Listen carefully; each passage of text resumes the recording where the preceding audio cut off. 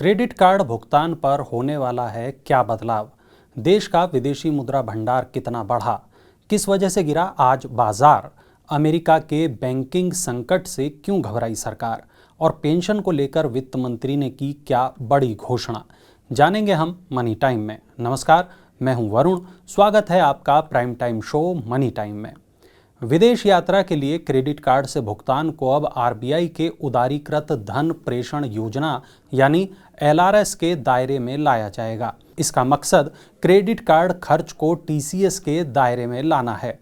वित्त मंत्री निर्मला सीतारमण ने लोकसभा में बताया कि आरबीआई को विदेशी दौरों पर क्रेडिट कार्ड से भुगतान को एलआरएस के तहत लाने के लिए तरीके खोजने को कहा गया है। सरकार को पता चला है कि विदेश यात्रा के दौरान क्रेडिट कार्ड से भुगतान एलआरएस के तहत नहीं आता है और इससे लोग टीसीएस के भुगतान से बच जाते हैं। देश के विदेशी मुद्रा भंडार में आया जोरदार उछाल। 17 मार्च को समाप्त हुए सप्ताह में विदेशी मुद्रा भंडार 12.80 अरब डॉलर बढ़कर हुआ 572.80 अरब डॉलर। फरवरी के बाद यह है अब तक का सबसे ज्यादा ऊंचा स्तर। 10 मार्च को समाप्त सप्ताह के दौरान देश का विदेशी मुद्रा भंडार था 560 अरब डॉलर पर। विदेशी मुद्रा भंडार बढ़ने से डॉलर के मुकाबले रुपए में मजबूती आएगी। सरकार ने नई कर व्यवस्था का विकल्प चुनने वाले करदाताओं को कुछ राहत देने की घोषणा की है। 7 लाख रुपए से थोड़ी अधिक आय वालों को राहत मिलेगी। इसके लिए वित्त विधेयक में संशोधन करते हुए ये व्यवस्था दी गई है कि 7 लाख रुपए की टैक्स फ्री इनकम से कुछ अधिक आय वाले व्यक्तियों को केवल अतिरिक्त आय पर ही टैक्स का भुगतान करना होगा। यह संशोधन उन व्यक्तिगत करदाताओं को कुछ राहत देने के लिए किया गया है जिनकी आय कर मुक्त आय से मामूली रूप से अधिक है। 7,27,000 रुपए तक आय वालों को इस प्रावधान का लाभ मिल सकता है। बिकवाली दबाव के बीच घरेलू शेयर बाजारों में शुक्रवार को लगातार दूसरे दिन गिरावट रही। बीएसई सेंसेक्स 398 अंक के नुकसान के साथ 57,527 अंक पर बंद हुआ। रुपए की विनिमय दर में गिरावट और विदेशी संस्थागत निवेशकों की पूंजी निकासी जारी रहने से भी निवेशकों की धारणा प्रभावित हुई। अमेरिका में ब्याज दर बढ़ने से विदेशी निवेशक भारत से अपना पैसा निकाल रहे हैं, जिसकी वजह से भी बाजार पर दबाव बना हुआ है।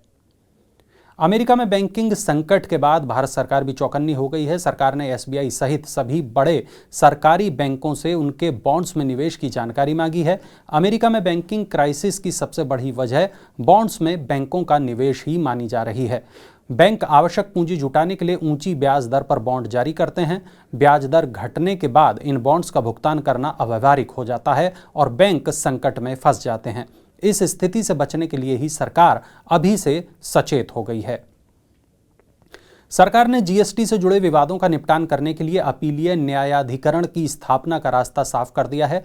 जीएसटी अपीलीय न्यायाधिकरण की पीठ की स्थापना हर राज्य में की जाएगी। इसकी प्रधान पीठ दिल्ली में होगी। जीएसटी को लागू हुए 5 साल से अधिक समय हो गया है, लेकिन इसका अपीलीय न्यायाधिकरण नहीं होने की वजह से जीएसटी के तहत अनसुलझे कानूनी मामले लंबित होते जा रहे हैं।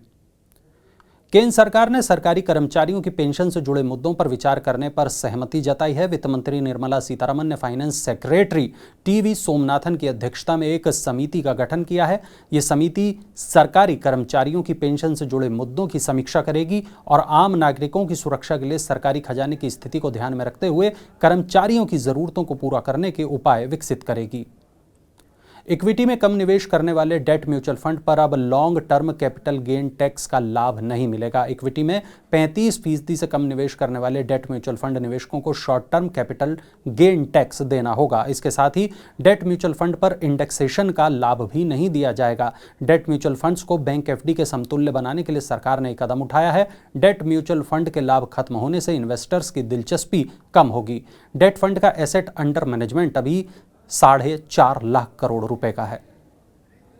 शेयर मार्केट ट्रेडर्स को सरकार ने तगड़ा झटका दिया है। फ्यूचर्स एंड ऑप्शंस ट्रेड पर सिक्योरिटी ट्रांजैक्शन टैक्स यानी एसटीटी को बढ़ा दिया गया है।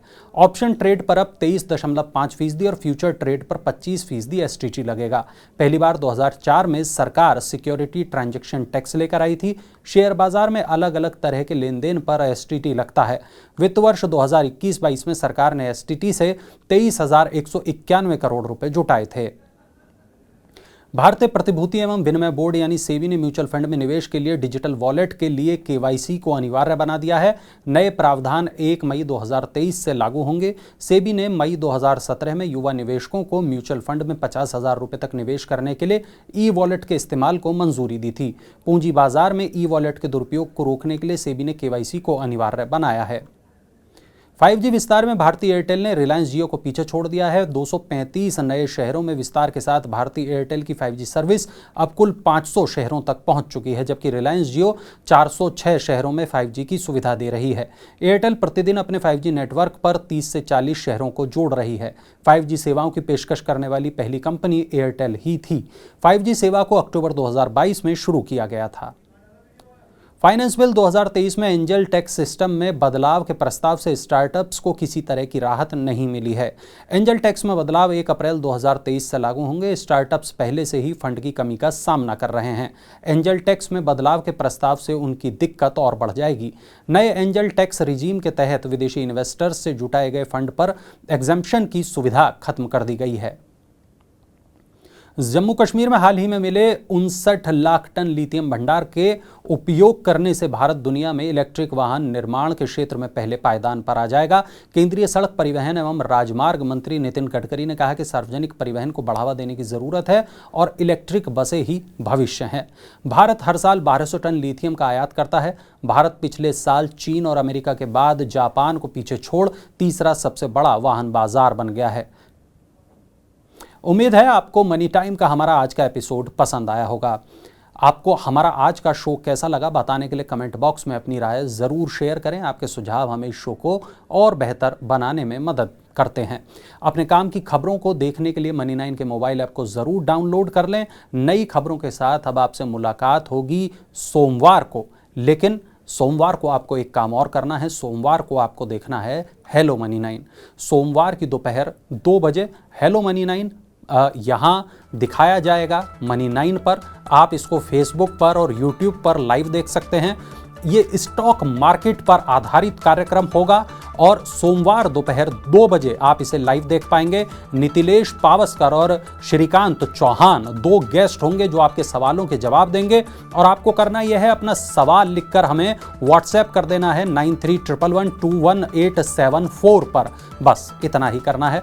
आप हमें जहां भी आप इस कार्यक्रम को देख रहे हैं, आप अपने सवाल कमेंट बॉक्स में दर्ज करा सकते हैं। आप सोशल मीडिया के जरिए अपने सवालों को भेज सकते हैं।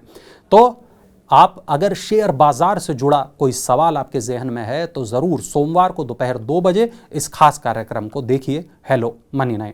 सोमवार को अब आपसे होगी मुलाकात रात में मनी टाइम के अगले एपिसोड में। तब तक आप बने रहिए मनी 9 के साथ, देखते रहिए मनी 9 के तमाम अन्य प्रोग्राम। नमस्कार।